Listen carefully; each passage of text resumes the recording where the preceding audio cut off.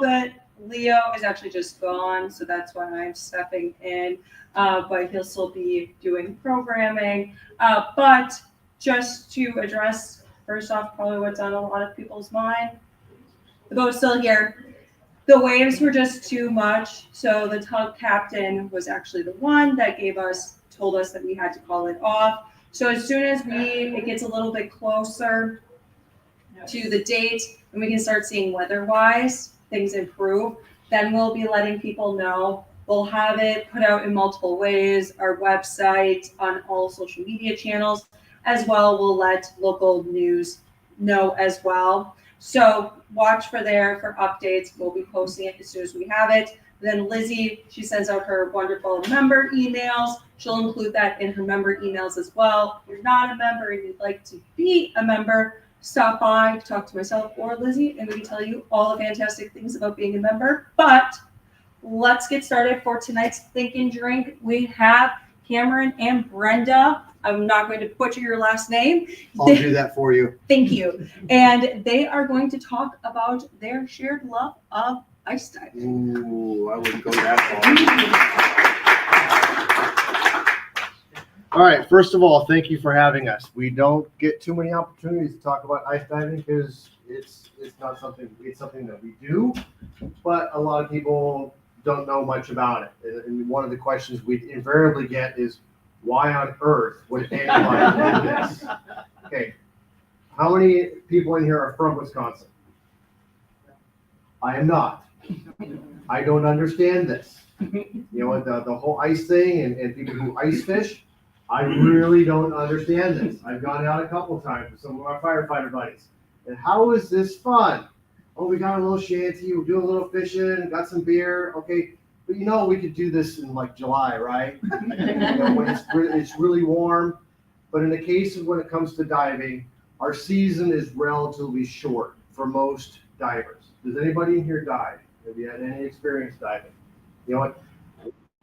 It's an amazing thing to do. And it's something you can do from a very young to very old. Our season is relatively short unless you're willing to travel.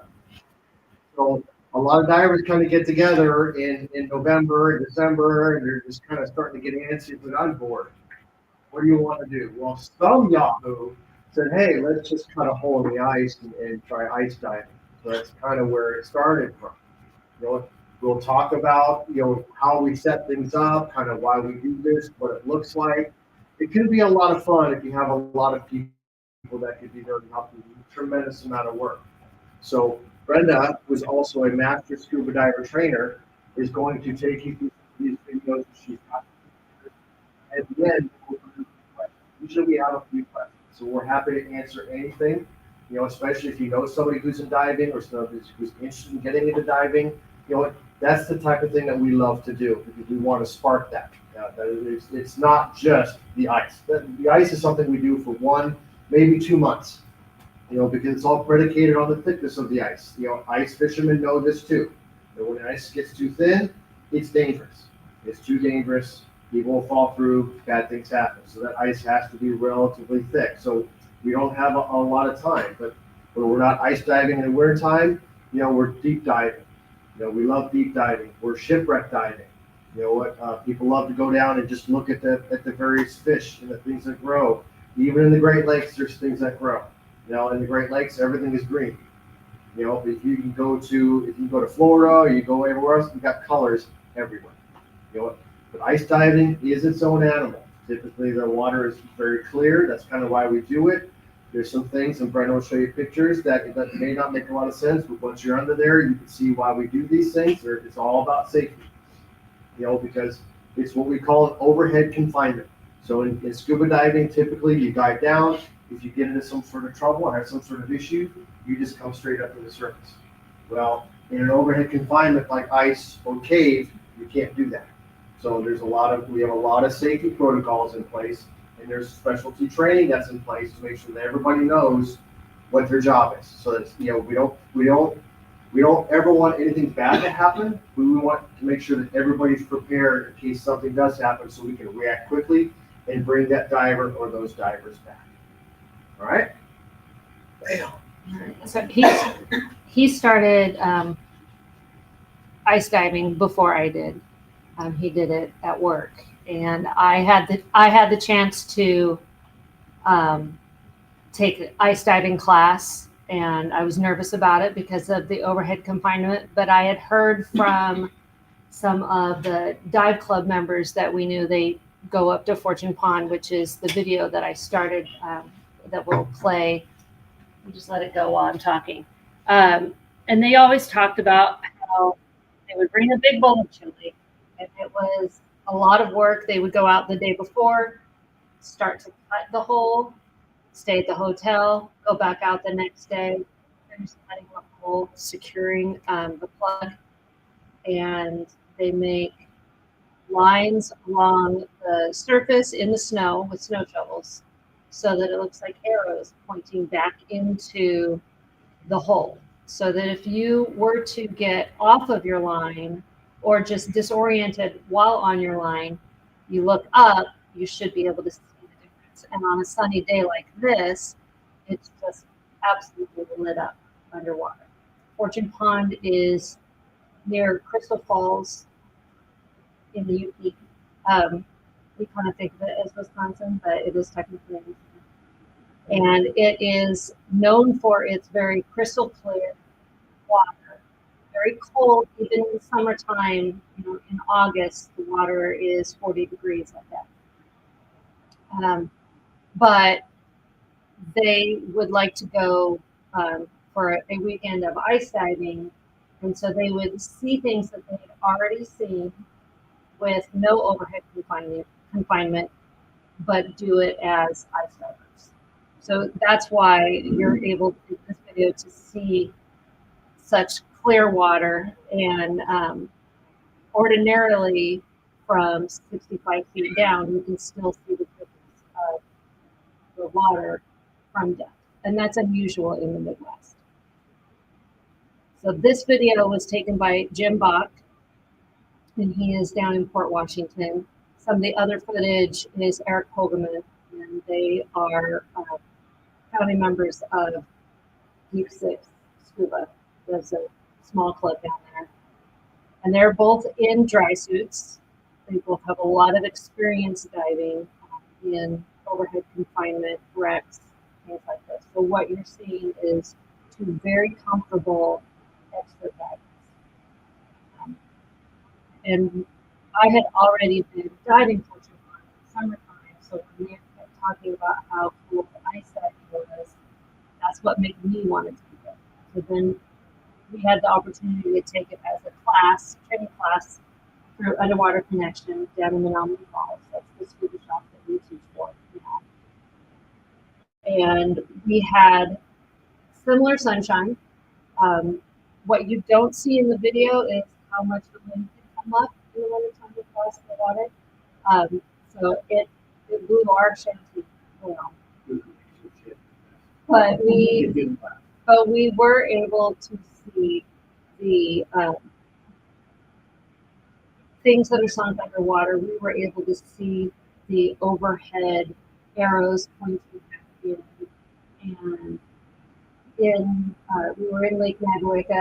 There have been times in the summertime that I can't see 18 inches away, that I just have to believe my dive buddy is next to me. And on that ice dive, we had a good 25 feet of visibility. So I did, in my first ice dive, I did get to experience some of what they described. And because they were there in the morning and the sun was shining and the ice froze fairly clear, they were able to see not just with the lights that they have on their cameras. And soon they are going to start to come up. Let's see where we're at.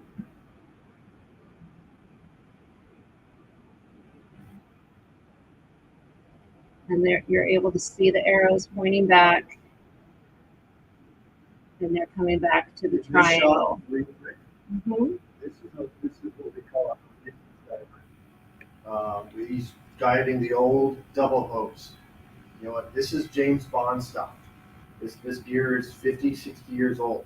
And it still functions because I mean there is a hardcore group of divers that this is how they primarily dive.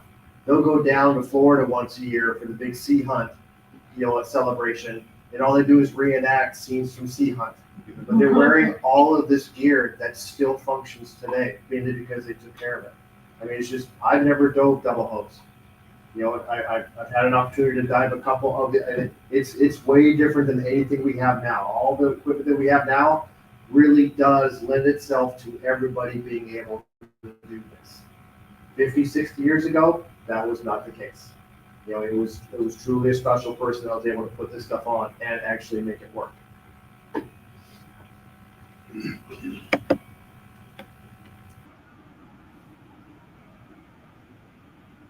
Up at the surface, this was a small group. I'm thinking maybe 5 or 6 people got together to do this. So each person had to work hard. When we first came in, the first picture I showed you, we had 6 people plus me taking pictures. It took us a good 2.5 hours to get the hole ready so the first diver could go. So you're tired even before you start to go in, and then the hole makes you tired. These dives often don't last that long. Oh, Eric's going to do some moonwalking. If you give the right rope signal to your tender, they will start pulling you in. And when Cameron and I were finishing our ice dive together, he got pulled in like he was water skiing upside down.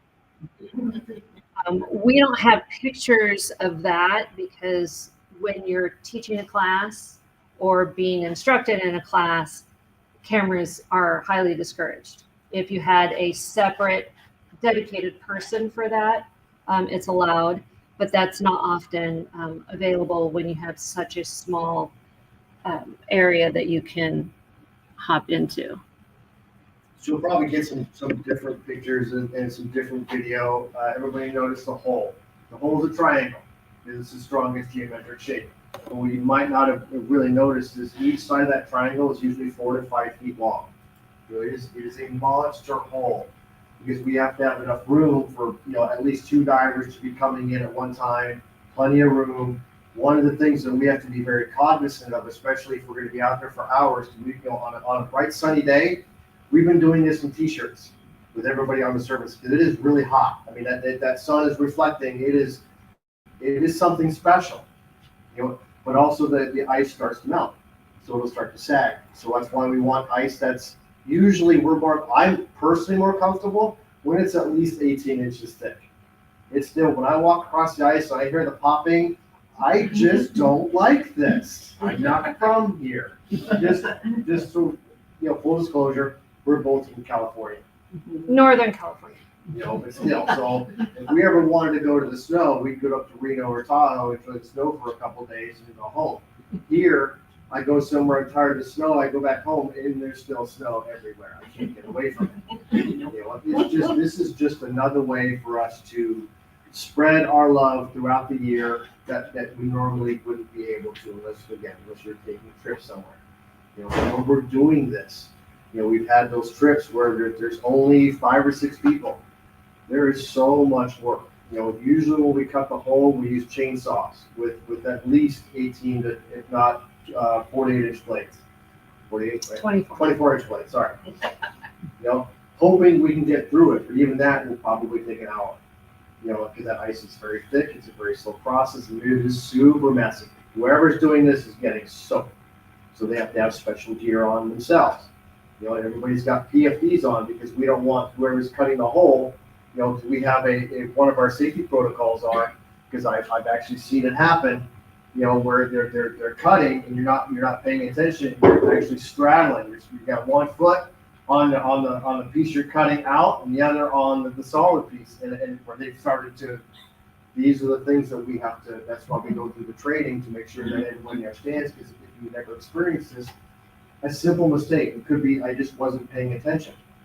It's not somebody necessarily doing something wrong, but if you don't know to look out for something, it's more likely you're going to, in this case, quite literally fall in.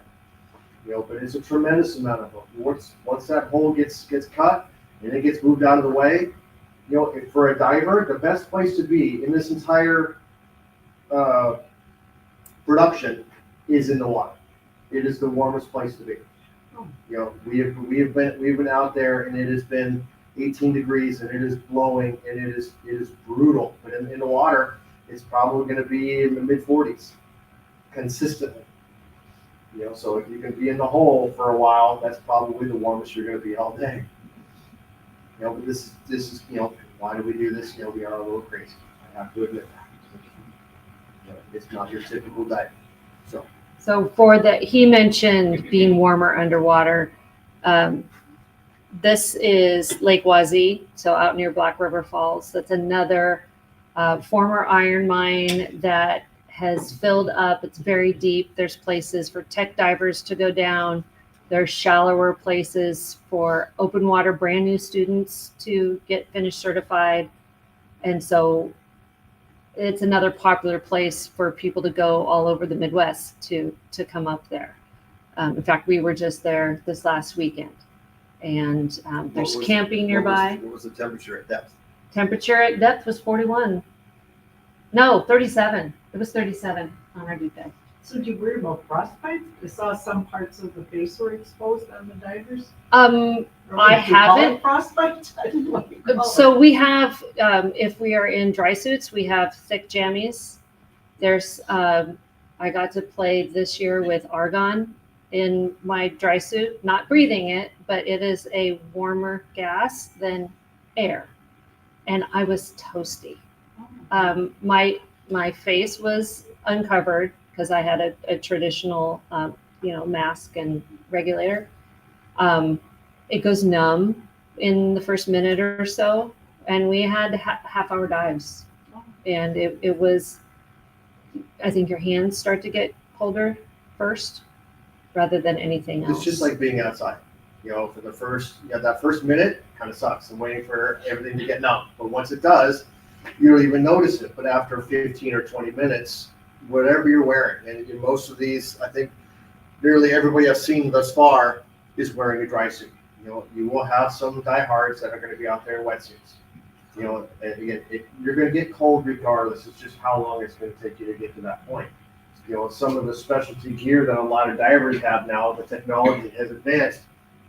I think the hunters will probably know all about this.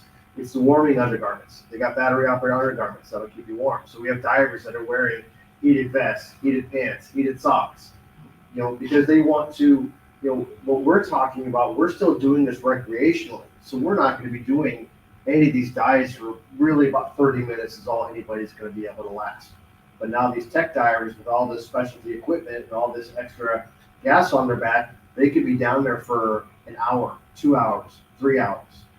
And the only way they could do that is have some physical way to combat the cold. Otherwise, that's the ultimate equalizer for us. So for our trips, honestly, most of our divers that come out to these things, whether it's in training, we probably make it about 4 minutes.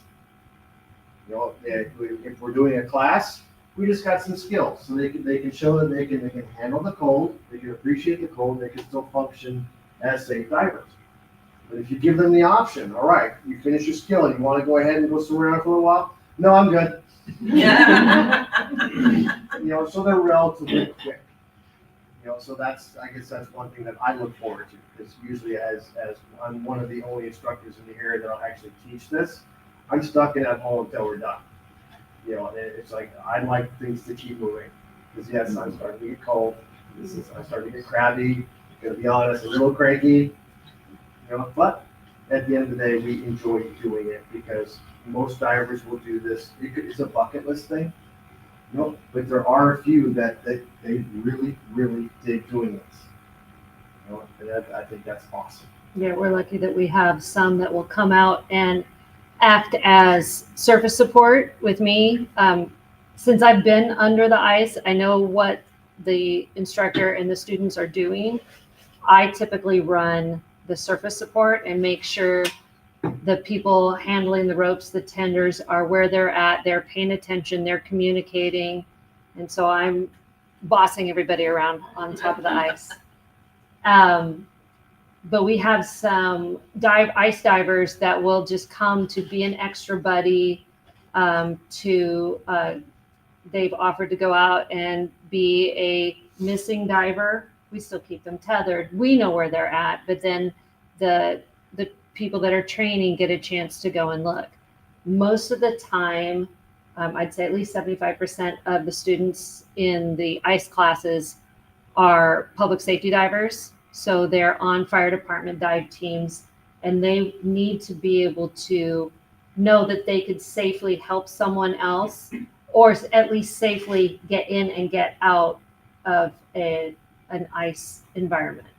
And so they are there with the full face masks and extra pony bottles on the back. So it's more than just a recreational. For me, it was a bucket list. I figured if we lived in Wisconsin and this is something that divers do, I wanted to see it too. And I was lucky that it looked really nice. There's been years where they've had really awful visibility and they didn't get my experience. But, and there are some people that will take it because they have other dreams.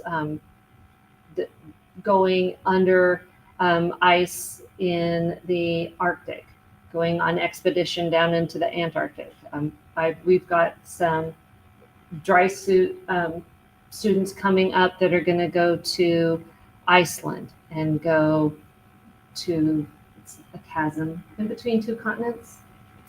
And they're going to go do that dive. So they need partial training. They're not going to take an ice class because they don't have time for their trip, but they're going to get trained so that they know how to wear the gear. And that's the thing is you see these people doing the ice class, but they've often had a lot of small stepping stone trainings to get them ready for this.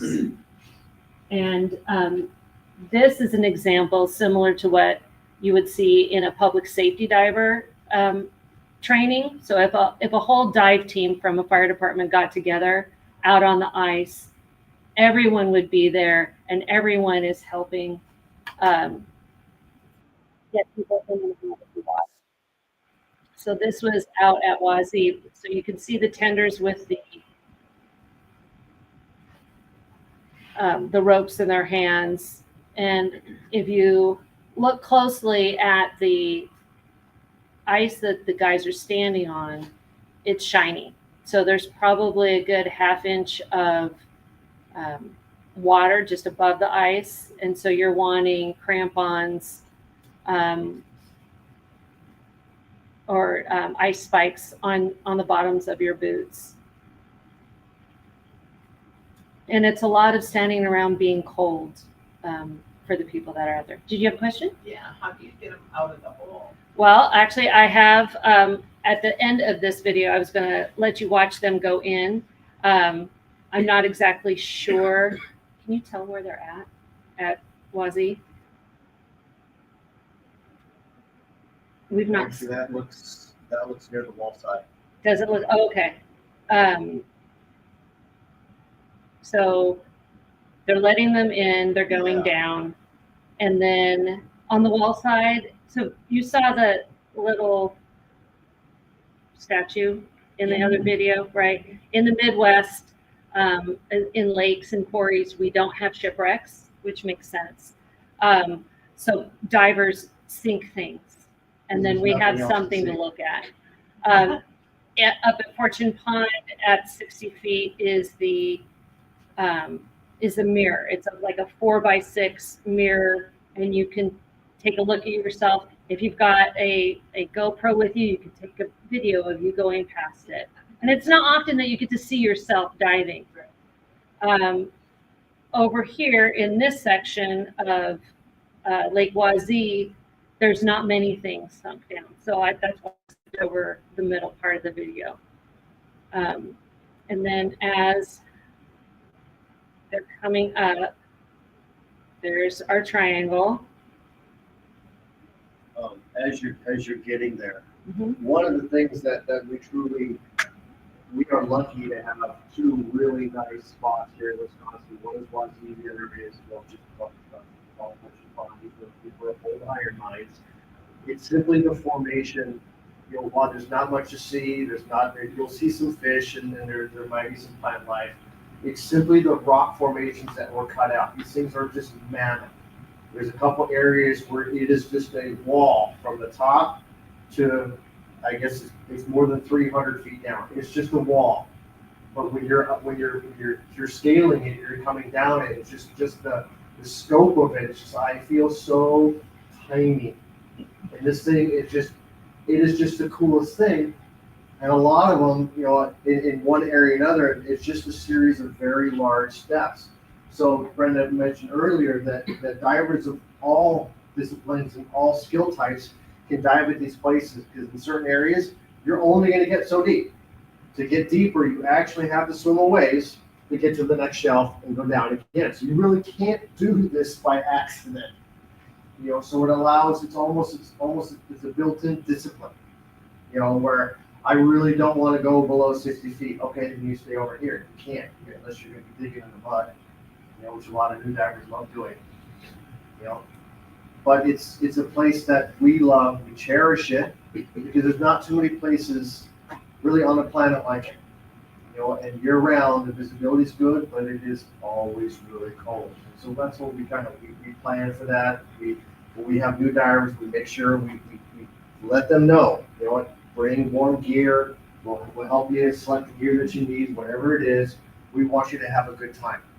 You know, we've been out there in the past, you know, when divers just show up that we didn't know them and they're in a thin wetsuit. It's like, you know, good luck with that. And they come up and they're miserable, they're not having a good time. It's like, and that bothers me, you know, because somebody really needed to give them some better advice. You know, this is not for the faint of heart. You know, normal diving, even in the Midwest, you need to be a little hardy. This is next level stuff. You know, this is really for the divers who want to experience something more, even if it's only one time. That's your bucket list. That's okay. Are they coming out yet? Yeah, so ordinarily, when I'm running surface support, when the first diver comes up, we have them put their tank, so they back up into one of the corners, and then if it's one very tall, large, Wisconsin-born firefighter, sometimes they can dunk them down and just bring them up, and all of a sudden they're sitting. Here, the diver is leaning back. The tenders and surface support are talking to him, asking if he's ready, and they're just dragging him up. The next diver, I watched to the end. He looks like he's going to do it himself because he's young and he thinks he's going to make it. And he so does not got this. So you could think that you were going to do it, and maybe it's someone that at the side of a swimming pool can just like push themselves up and hop out. But when you have 60 pounds worth of gear on your back, plus the extra weights because you're wearing a dry suit, you're not hopping out of a I was thinking you might have had a motor with. Oh yeah, it's all equal power. Because there are some divers out there that their gear will weigh in excess of 160 pounds. That's just the gear. You know, because again, what they're doing, they're diving in probably extreme depths, very cold. So they need every bit of this to have not just a safe dive, but a fun dive. All right, so we were invited here by our friend Dale Pelichek, and he's also an instructor where we dive, but he is amazing at video and Do you guys know Dale? the people from the museum know him. So he put together a video, and there's voice to it too. So I unmuted the video, so hopefully we'll be able to get that.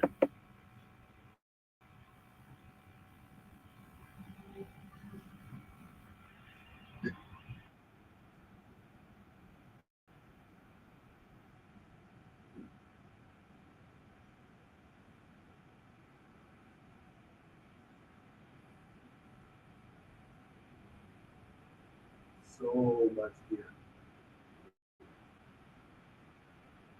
One of the guys that likes swimming ice diving over and over again, he's the one that brings the trailer and the four-wheeler.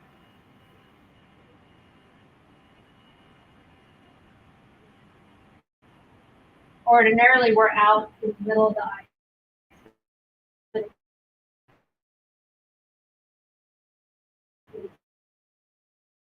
Too thin. So we're having short ice.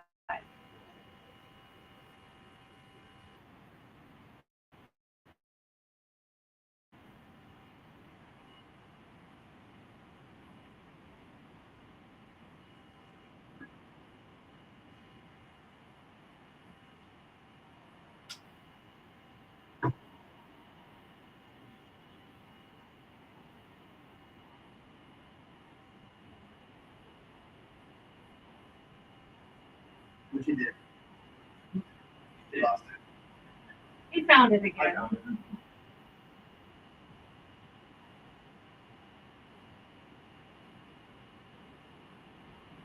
And that was one of the students. This is not a concierge.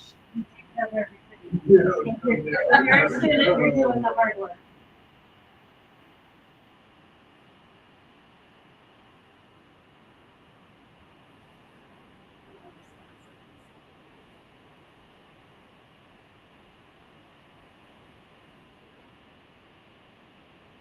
Shovel in the lake. Makes perfect sense, doesn't it?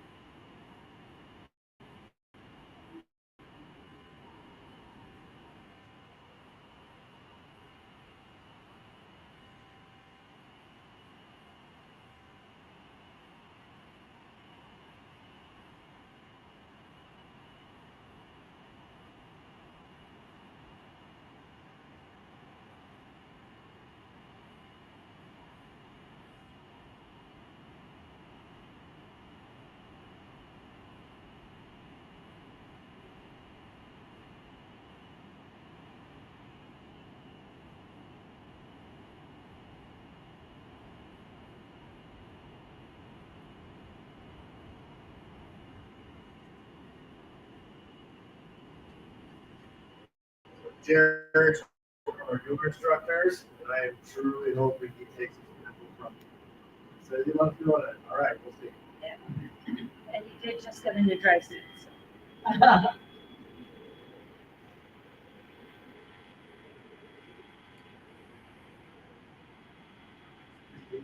Yeah. Pretty easy. So romantic.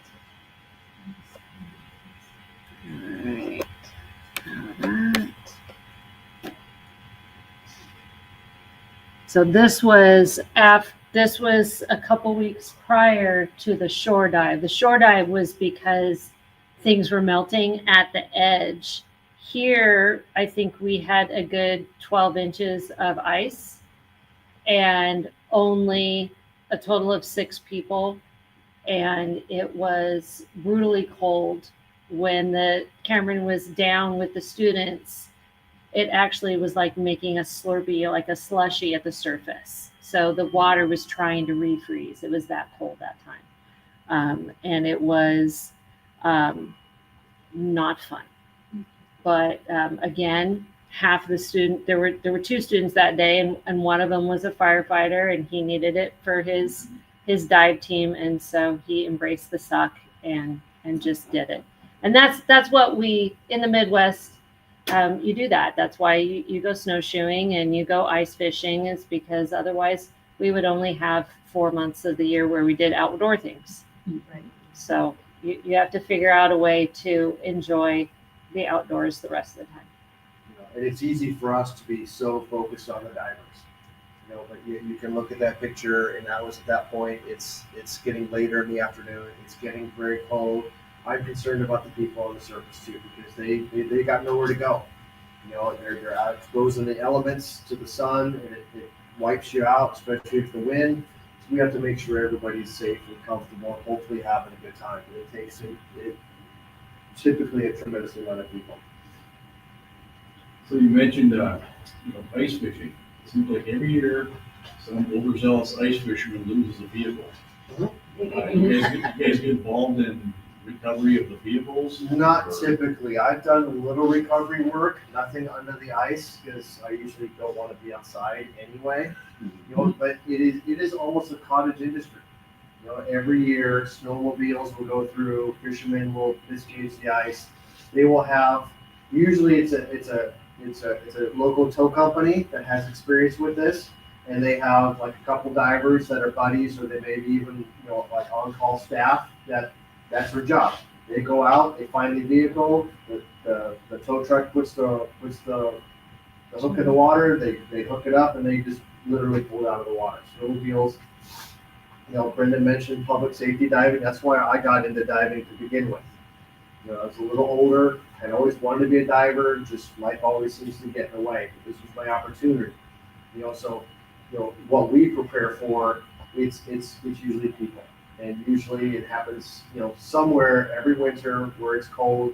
You know what? Somebody goes through the ice. It's usually because, like when your dog goes through the ice. So that they're gonna go help their dog, which I do totally understand that. They're not prepared to do that. So as fire departments, we have to be prepared to do that. So we have special training, we have special equipment, we the whole gamut. And even that, there's no guarantee.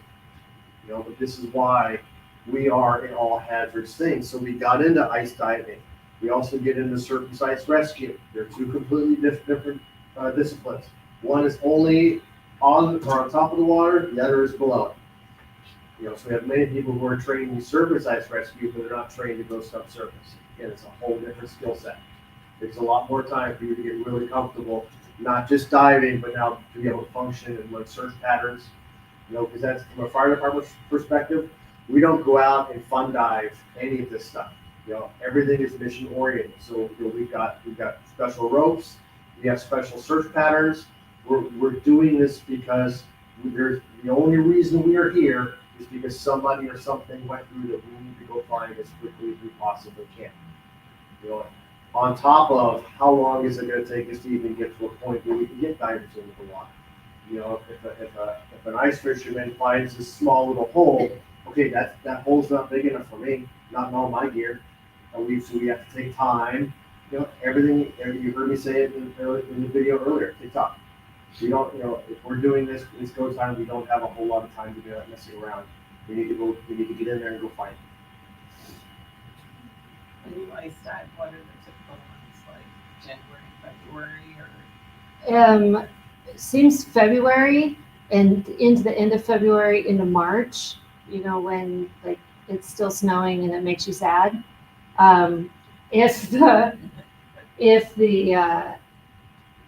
the ice is still thick enough, sometimes January, it hasn't been cold enough long enough. And so the water is still warm, even though it's been snowing for a while. So the ice is still thin in January.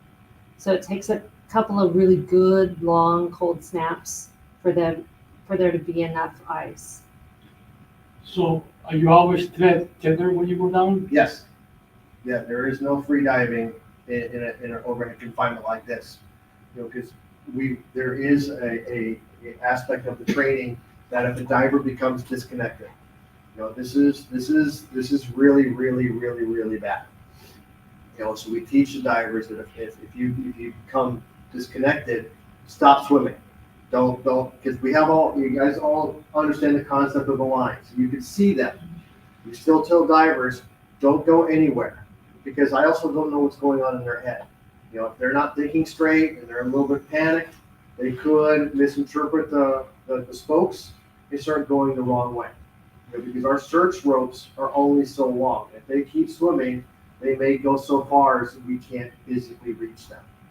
So they are taught to, as soon as they realize it, they signal their buddy and they come up to the ice and they stay vertical and stay as tall as they possibly can.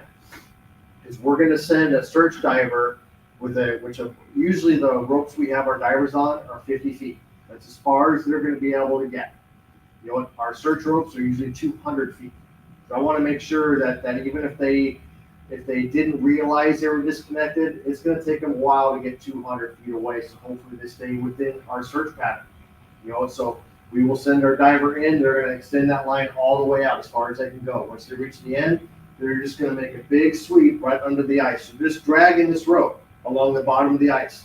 And what's going to happen is if my divers are what they're supposed to be, they might see the rope or they're going to feel the rope come and hit them. All I got to do is grab it, signal, and all we do is pull them in. Everybody comes in. It's kind of a slick setup.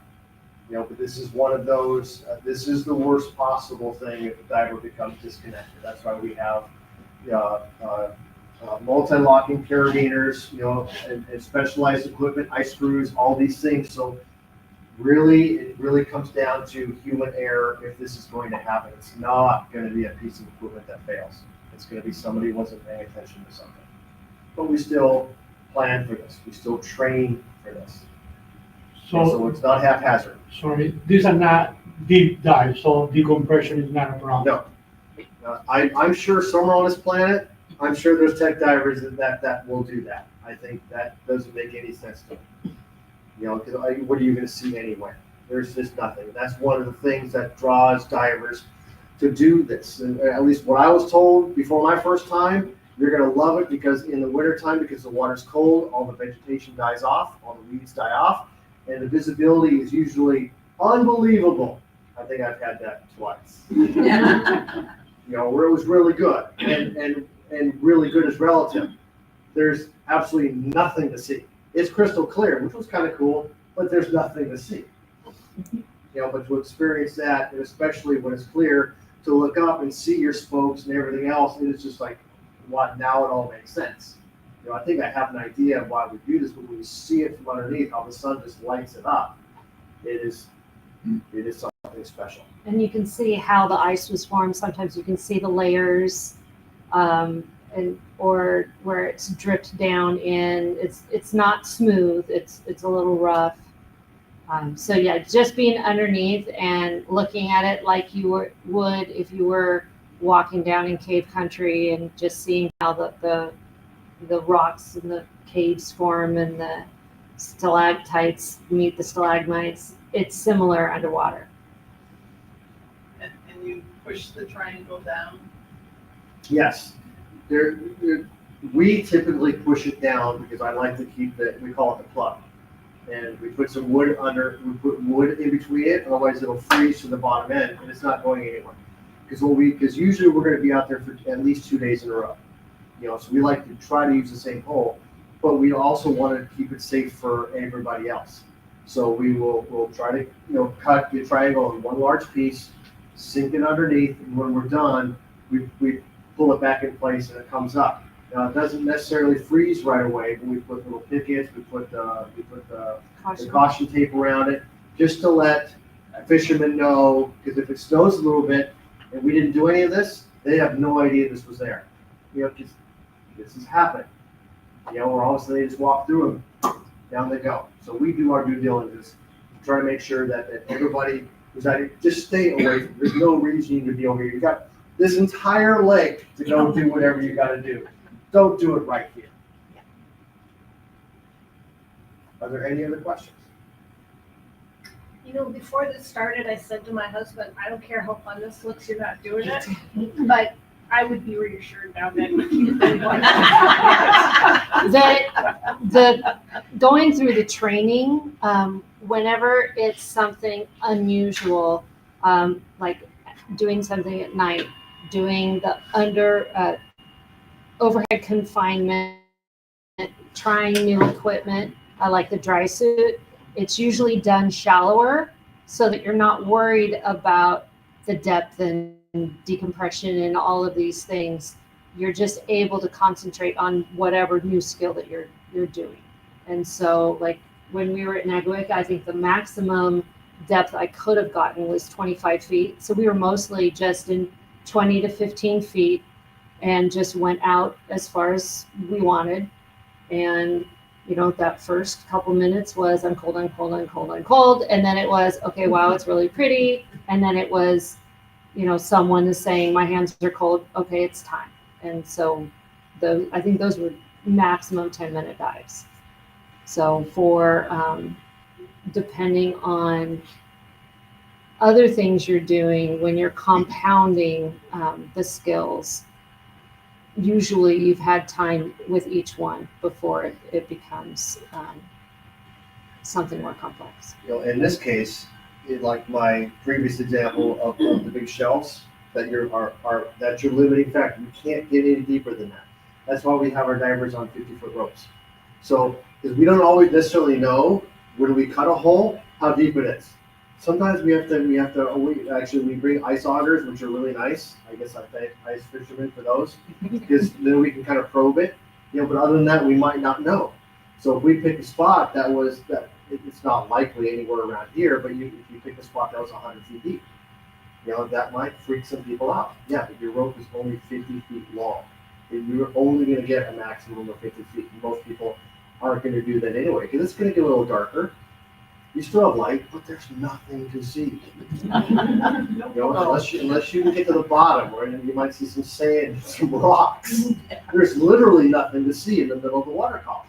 So most people are going to stay near the top because the ice formation is spinning upside down. I've seen a picture where some yahoos took a toilet, it turned upside down so it froze, and then they went upside down and took their picture like they were taking it upside down. I thought that was kind of funny. It's not worth me taking a commode out to the lake and trying to get this done, but I appreciated the effort. But this is what divers do. We kind of get bored with things, and okay, we are a bunch of little kids. What can we do to make this more fun? Usually it's a good idea. And that kind of compounds what Brenda said. That this is training that most brand new divers aren't going to do. They're going to take the open water courses. They're going to take a dry suit course. They might take a full face mask course. Because it's a lot nicer to be diving in these cold environments with that stuff. But altogether, you can't just throw on that entire ensemble and expect to be a good diver. You're going to be a hot mess, is what you're going to be, because you're going to be fumbling with each new piece of equipment, not even really knowing how it actually works. So we like each diver to take out one piece at a time, figure out how the dry suit works. Then you figure out how that works. Then you can go take a rec course. Then you can take a photography course. Just it's steps. And the steps that make sense. That way you can be a competent diver who has a good time and comes back with some amazing memories and some even better pictures. Did you have something? I was just curious as to the financial commitment to get outfitted to do something like that. Yes. A lot of that comes down to what kind of diving you're gonna do. If you're gonna think you're gonna embrace Midwest diving, the cost is fairly substantial. You know, what I will say is, anybody golfing here? You know, golfing, everything else like that, it has a fairly steep entry level price tag. But like the example from way earlier when I talked about the vintage divers who are using this gear that's older than I am, because they take care of it. You know, if you take care of your gear, it can last you a lifetime. It absolutely can. You know, there's so many manufacturers now, it's just like buying a car. You know, how many bells and whistles do I want? Well, I don't know that. You know, every bell and every whistle and every add-on, it's gonna make it a little bit more. But understand that if you take care of it, it will probably last you your entire life. If you're only gonna be really getting into warm water diving, you know, all of our initial experience was here. This is where I learned to dive. You know, the first time I went to Jamaica, it was a whole different, like, oh my God, this is amazing. I see colors. And the water was like 85 degrees. You know, when I came back, I didn't dive for almost a year. Because this is stupid. You know, everything is just one color. You know, eventually I got back onto it because this is where we live. This is where we embrace it. You know, if you want to be a strictly warm water diver, you don't need as much. You don't need all the exposure protection. You know, you can get away with a fairly thin wetsuit. Then you need a BCD, a tank, and regs. You know, but if you're going to dive here, you're looking at a thick wetsuit, probably more than one. You're looking at a dry suit, and all these other things that go with it. And then all the equipment. If you know a local dive shop that has all the ropes, all the carabiners, all the ice screws, and everything else that you need. You know, because there's so many things in here that you don't even realize what the hell they're for. You know, we carry big jugs of hot water because we had wetsuit divers. So when they're done, we would just be pouring hot water down their wetsuit. It's like, oh yeah, that feels so good. You know, or I'm in a dry suit. I can't feel my hands. So I just dunk my hands in the hot water just so I can get some feeling back in them. But it's just all the little nuance that when you go out there and you realize and you appreciate what it actually takes to do this. It's a lot of work, but the payoff, you know, to be able to say, I've done ice diving. You may only do it once in your life, but you will tell everybody that you did it, and they'll be like, well, that's just crazy.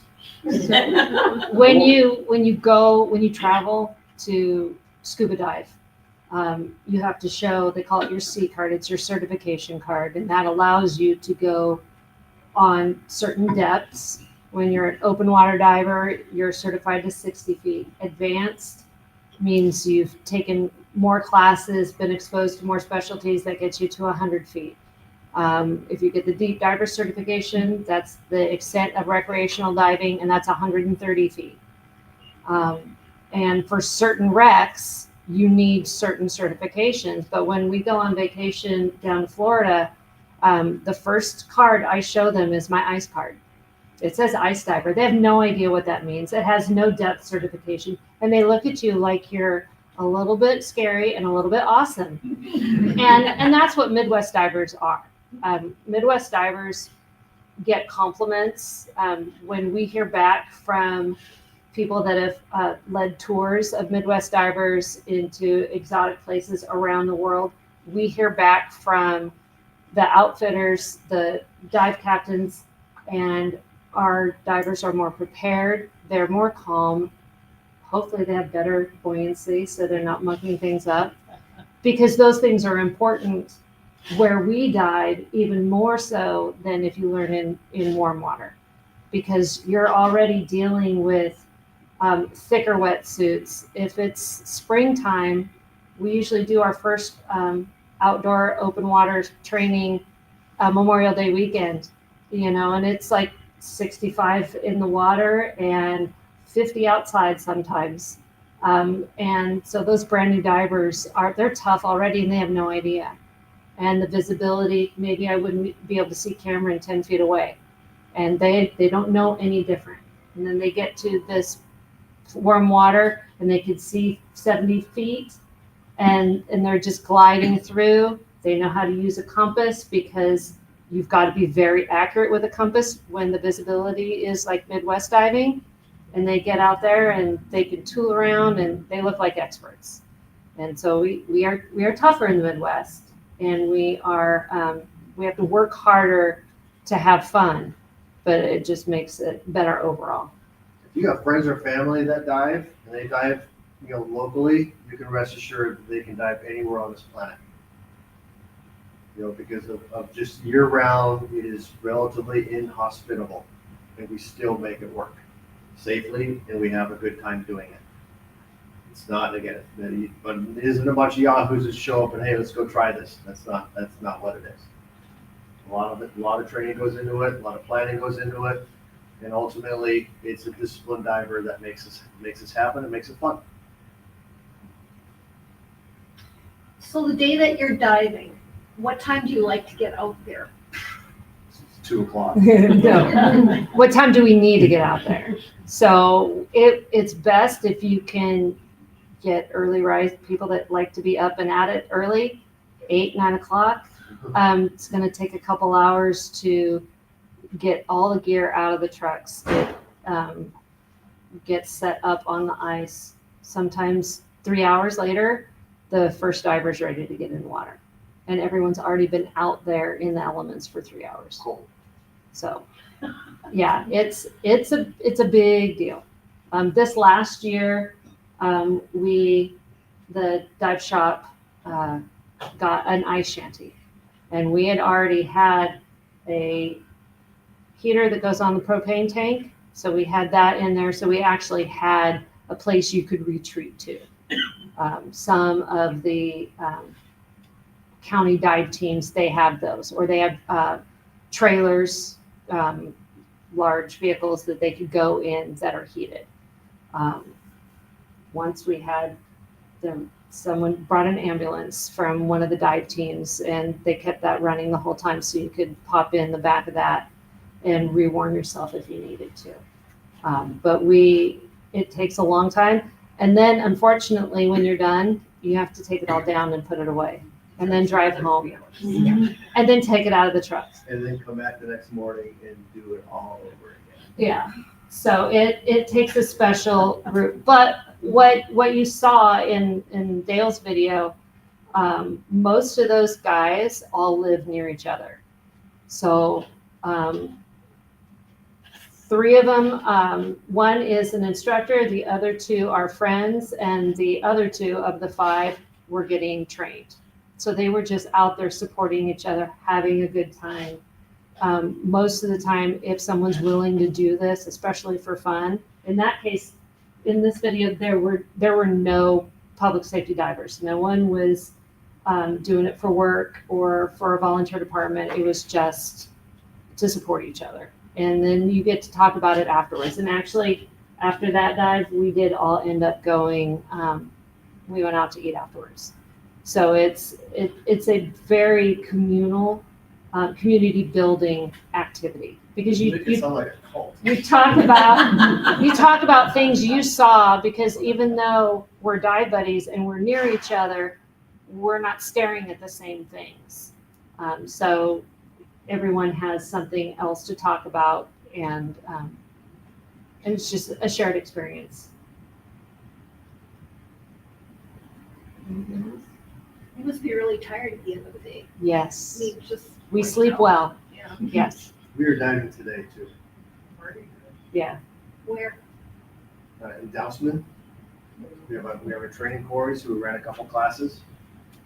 This is during the summertime. This is basically all my wife and I do. Oconomowoc. It's across the freeway from Oconomowoc. Love doing it. Well, thank you for driving up and doing this. Yeah. Oh, it's our Wow. pleasure. I was surprised. Who wants to know about ice diving? Okay.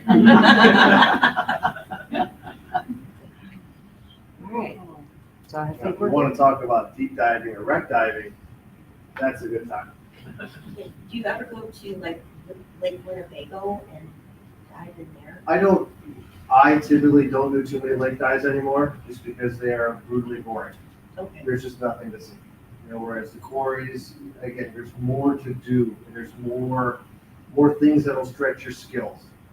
You know, so hey, like up at Wazee or Fortune, if you're a deep diver, you're a tech diver, you know, you could experience what it is to be at 200 feet, at 300 feet, and even deeper. You know, where most of the lakes, I think Green Lake locally is one of the deepest ones.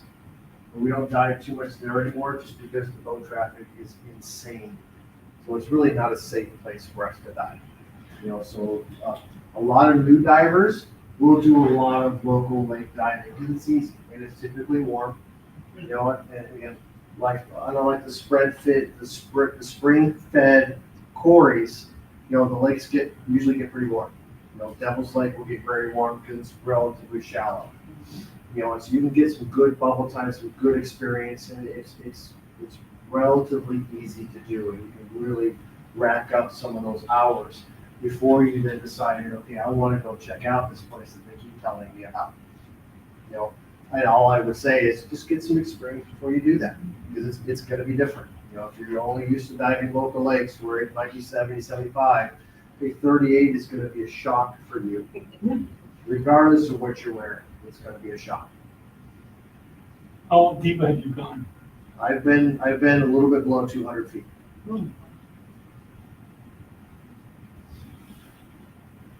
Diving is diving. Just the farther down you go, it takes longer to get up. So you have, in your air consumption it doesn't last as long, so you have to plan for it. You have to do a little science and a little math beforehand, during, and then you have to examine it afterwards to make sure that you dove your plan and make adjustments for future things.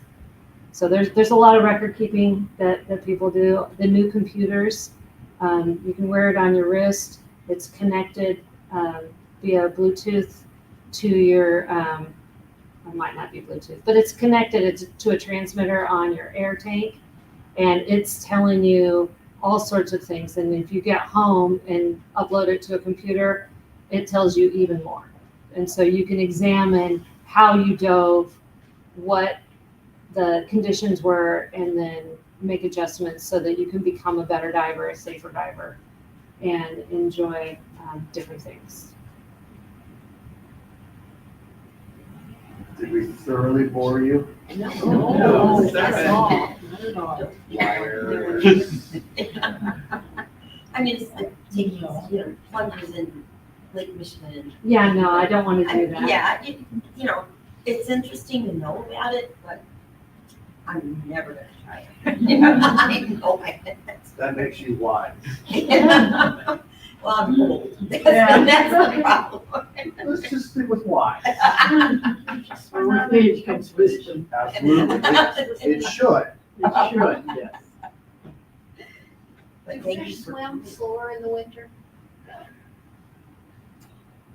You know what? I haven't really, we usually see a little less activity in the wintertime.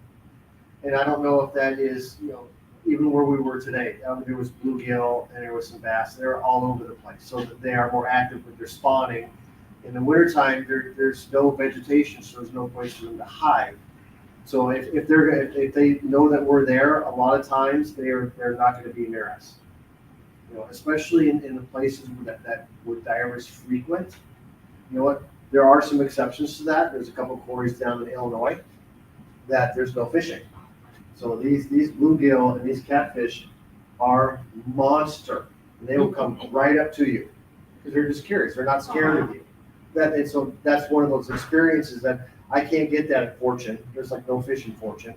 We might see some fish at Wazee. And the coolest thing I think I've ever seen under the water was at Wazee. A loon was swimming with us, was diving with us.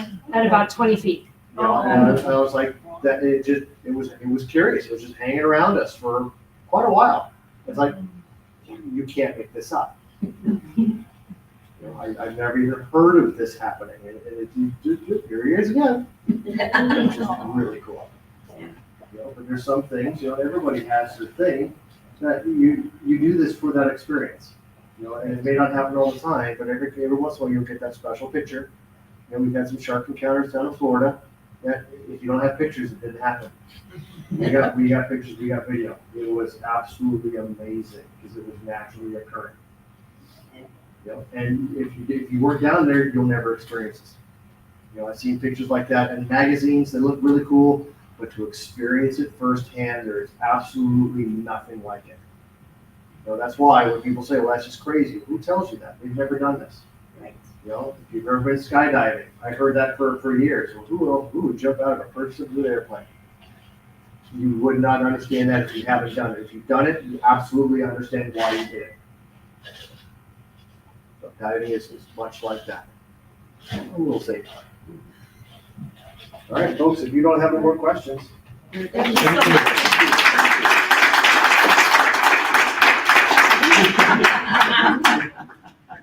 I like your shark too. This is a megalodon. Uh-huh. So again, what can you do diving?